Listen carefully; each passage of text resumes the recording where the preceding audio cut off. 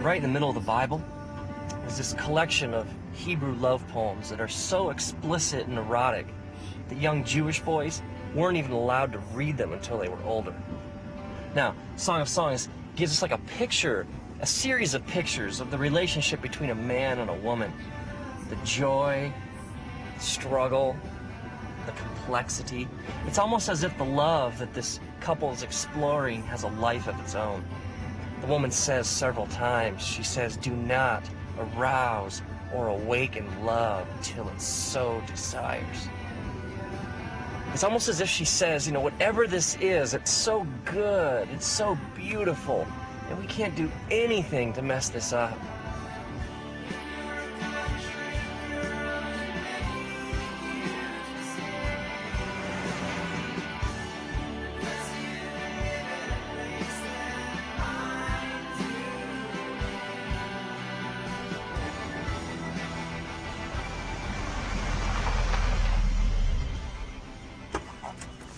We get incredible mileage out of this tired old English word love, don't we?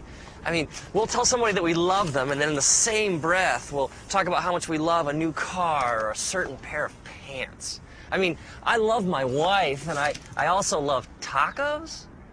Now, we have to keep in mind that the Song of Songs was originally written in the Hebrew language, which has at least 3 different words for our English word love.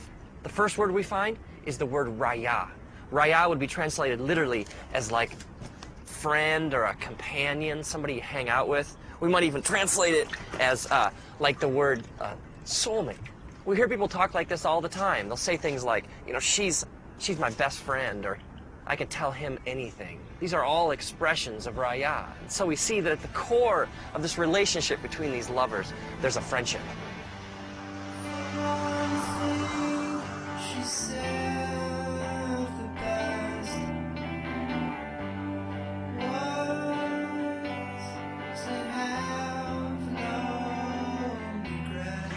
Another Hebrew word we find for love is ahava. Ahava is deep affection. It's that sense of desiring to be with someone so much that your heart aches. Ahava is when your mind and your heart are bent towards your lover with such passion and intensity that you can think of little else. Now, my wife and I, we were friends for 4 years. 4 years of raya before anything more happened. And I was living in Los Angeles, and one weekend she came out to visit, so we went out for the first time. And there was a sense of anticipation in the air, this question we both had, you know, is there any ahava to go with our raya? I remember sitting there at this restaurant in Santa Monica, a couple blocks in from the ocean. I remember this feeling came over me, that I'd rather be here with her at this moment than anywhere else in the universe.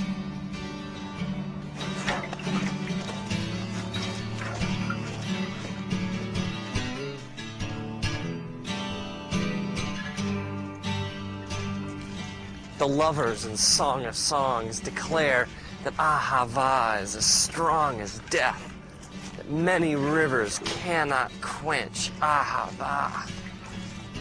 Ahava is love of the will. Now, this is way more profound than fleeting romantic feelings. This is much more than like temporary urges. Ahava is making a decision to join your life to the life of another. This is an emotion that leads to commitment, that leads to joining your life to somebody else's. Ahava is what makes things last.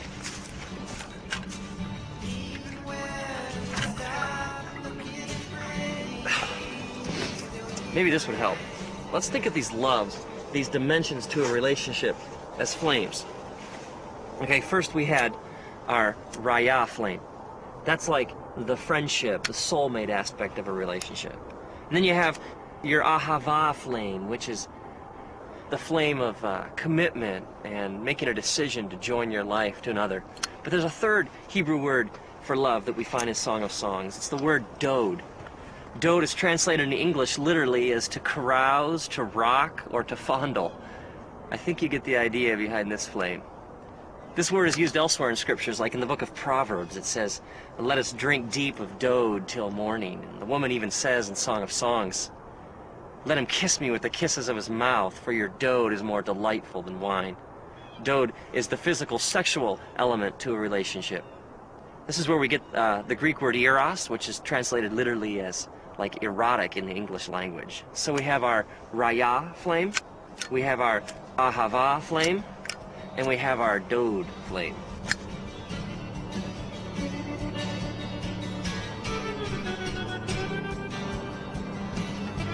So when this man and woman come together, all these flames get combined. Now Jesus talks about this idea of entire beings coming together. He uses the phrase one flesh to describe this connection between a man and a woman. Now this one flesh is way more than just a physical act. I mean, it's emotions, it's hearts, it's minds, it's experiences. It's the mingling of souls. And so this coming together physically becomes a picture of a deeper spiritual reality.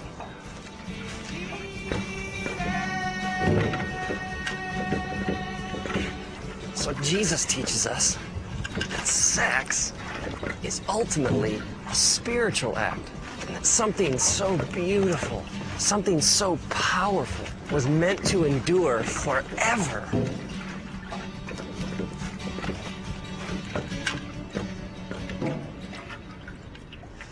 See, the one flame burning all by itself will never be as hot as all the flames burning together. I mean, we were created for all the flames to burn as one. I mean, think about all the ways that we mess this up. I mean, take an affair for an example. An affair is two people sharing the dode flame, but without any of the other flames. Without the raya or the ahava. I mean, there's no friendship, there's no commitment, there's no loyalty, no sacrifice. And I mean, there's dode, but there's no raya or ahava. It's two people trying from this one flame, the dode flame, to get all the heat of the three flames burning together. I mean, no wonder it leaves a person empty and unfulfilled. We were created for so much more. And so the person keeps coming back to this one flame over and over again, and yet it never truly satisfies. It can't. Or how about the couple who have been married for years and they're still together? There's still some commitment. I mean, there's still some ahava, but let's be honest, there's not much else. There's no friendship. There's no sex. And they neglect the flames, and eventually they flicker and they fade and they go out.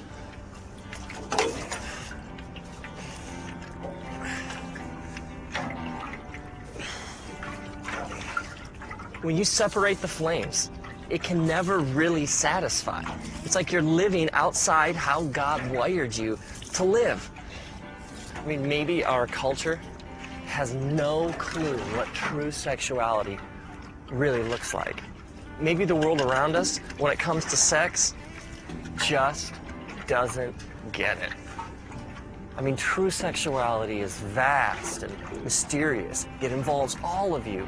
I mean, you have a body, but you also have a soul and a spirit. And love is two people coming together and giving all of themselves to each other forever.